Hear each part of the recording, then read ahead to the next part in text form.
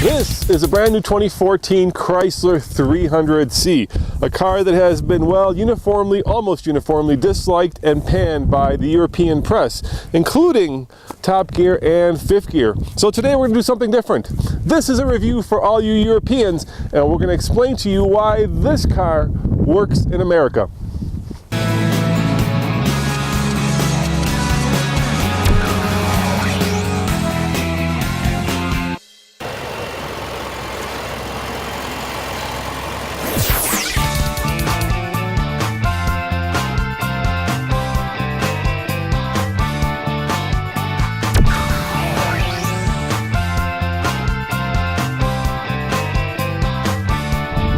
So under the hood, we don't have the Hemi, but we do have the 3.6 liter Pentastar, which is Chrysler's go-to engine. It puts out 292 horsepower and 260 pound-foot of torque. Perhaps more importantly, it gets a combined 23 mpg, which is pretty darn good for a big American sedan. I was watching Fifth Gear the other day, and they did a team test on the Chrysler 300, and, well, they tore it asunder. I think they gave it like a negative team score of 500 or something. Basically, they called it way too expensive. They said it doesn't compete with a 5 Series or an A6, as they're flogging it around a racetrack. And I'm thinking to myself, this is not what this car is about. It's not about racetracks. It's about cruising. It's about American interstates. And that's where I got the idea that this car is being held up to the wrong yardstick.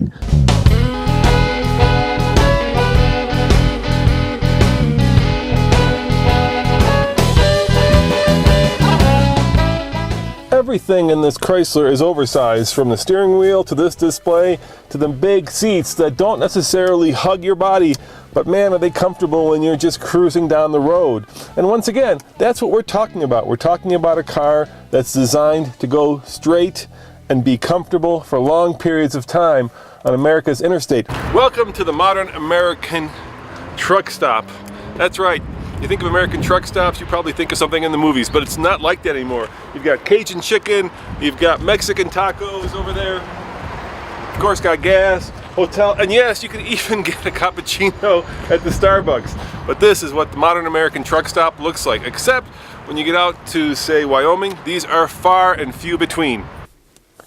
Now remember, Chrysler's motto is imported from Detroit, and this is about as American, about as traditional, old school Detroit as you can get, including a heated steering wheel, heated and cooled seats. This car is not about carving canyons, but it is about being luxurious, being blinged out, and being a lot of fun to drive in a straight line.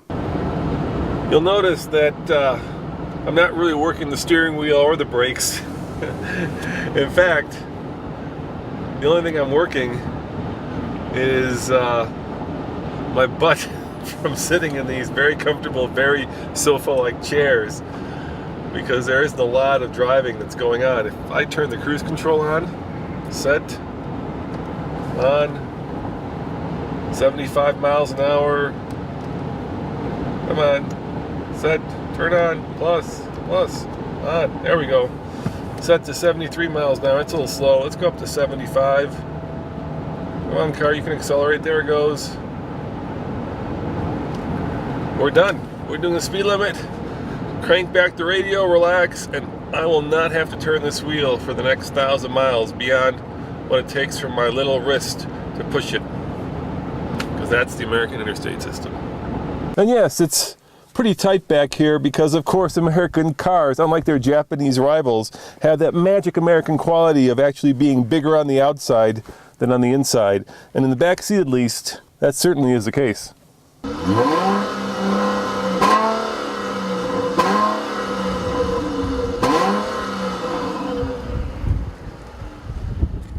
Alright, in this case, I have to be honest, the Hemi would sound much better, but if you're looking for 23 mpg combined, you're going to have to go with the 6.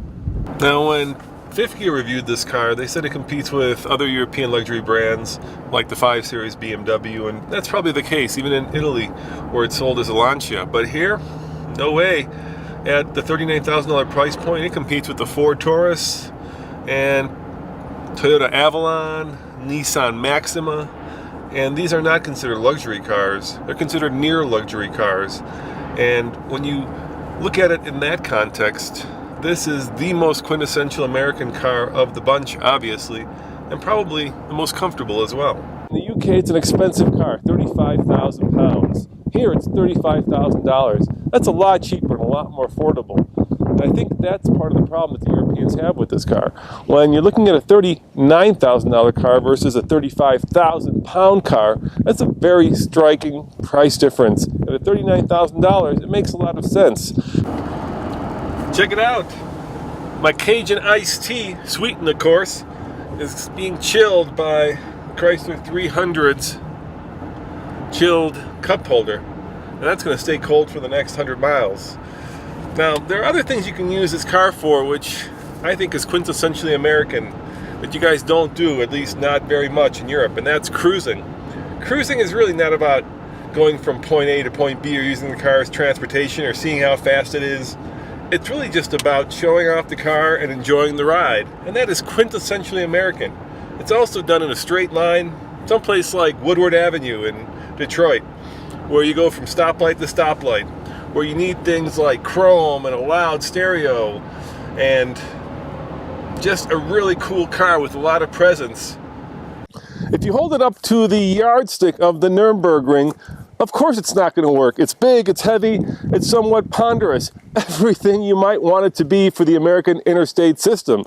Because think about it this way, when was the last time you Europeans were able to drive 1,000 miles without making a turn? Think about that for a little bit. As always, this is Roman reporting for the Fastlane Car. Thanks for watching and see you next time. Ciao.